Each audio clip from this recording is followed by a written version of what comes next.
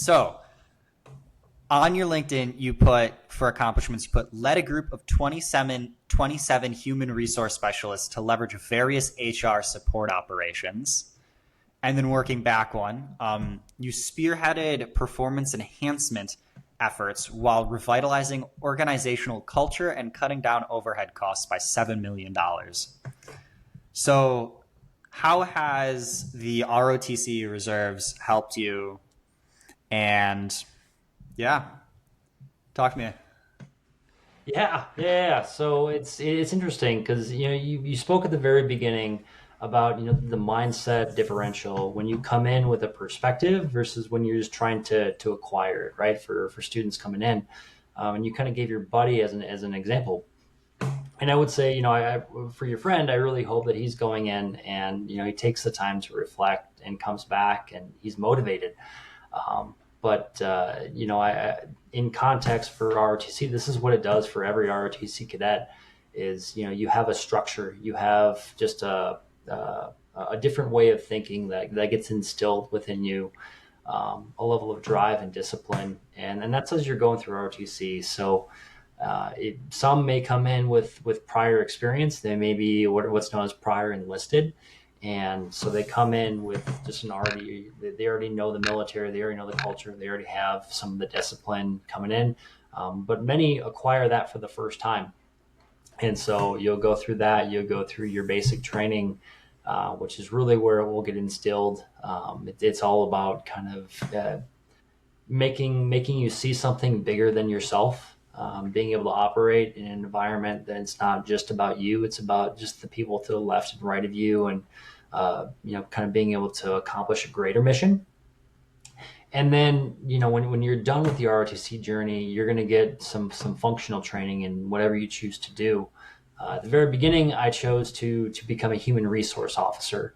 And so, when you did that very first bullet, leading a group of 27 human resource specialists. Yes. So that was my very first leadership experience is, I was plopped into this organization and I was tasked to lead these group of individuals. I did have a counterpart with 15 years worth of experience. So, when you're an officer coming in, you usually got maybe one or two, especially when you're very fresh. And so they give you someone who's known as prior enlisted, someone in the NCO, the non-commissioned officer ranks, and they're going to be your essentially your right hand person. They're going to help set you up for long-term success, make sure that the organization functions because your jobs are interwoven and intertwined, and your success is dependent on their success and vice versa.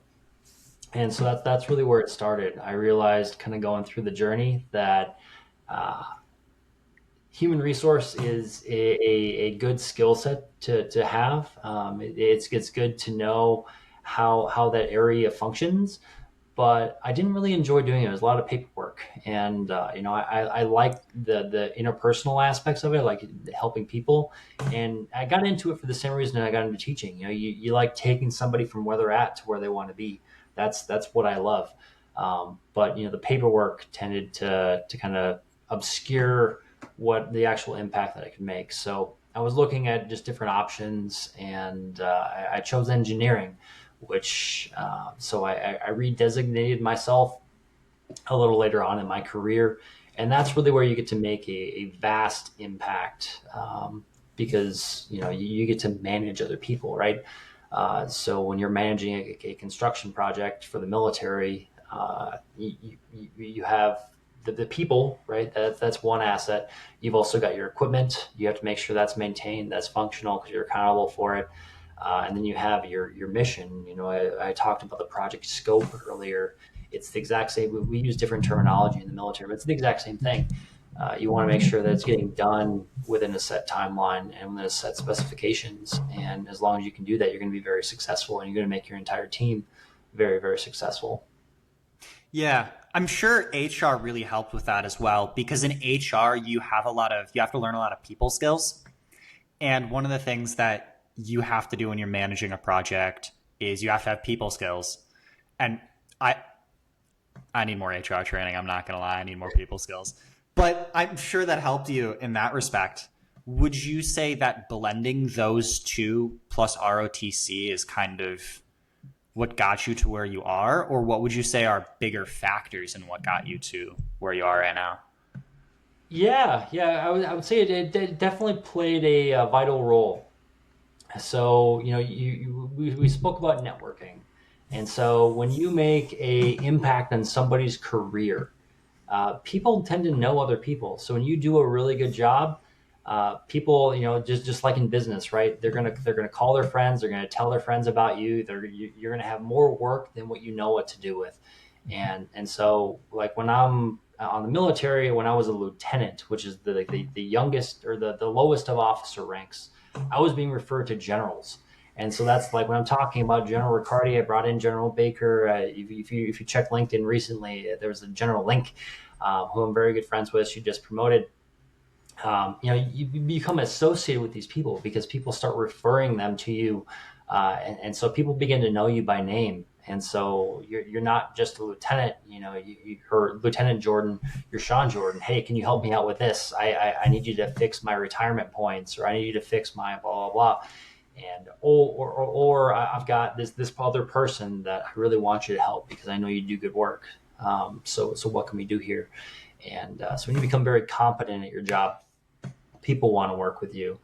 And so that aspect of it, but really on the network piece, that's really what allowed my career to flourish on the military side, because people started to associate me with kind of a brand name. And so I started getting plucked for just very well known assignments, just things that are in need. And they're like, hey, it's going to be tough, but I know you're the right person to do it. And I'm going to give you everything you ask for. Just make sure it's within reason and be able to articulate it. And it's like, yes, sir, I got you. So it's just being able to delineate what you need and what you require, and then asking for it and building yourself up around a really good team. I've been very fortunate, whether it's the environment that you create, or what you inherit, or what's there. But I work for some incredible teams and with some incredible people. And every organization that I worked with, it's usually, at least in my eyes, which is slightly biased, better off leaving than when I entered it.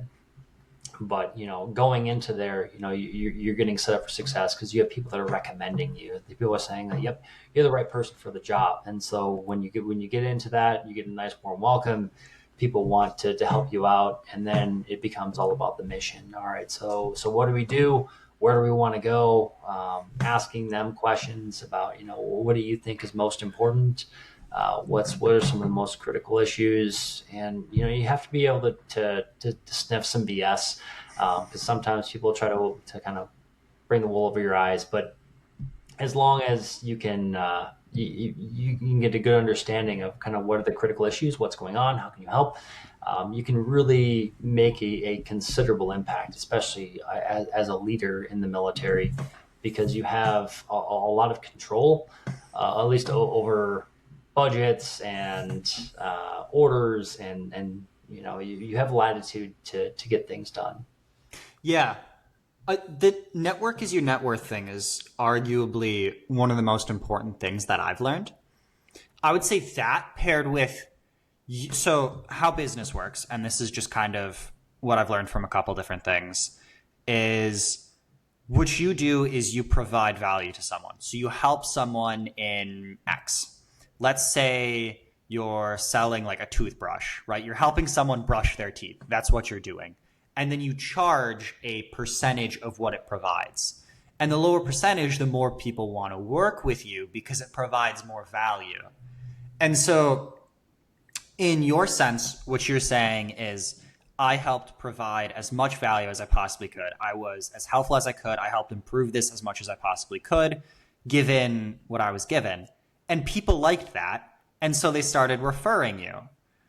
And like, that's one of the most valuable things, no matter where you are, of help as much as humanly possible.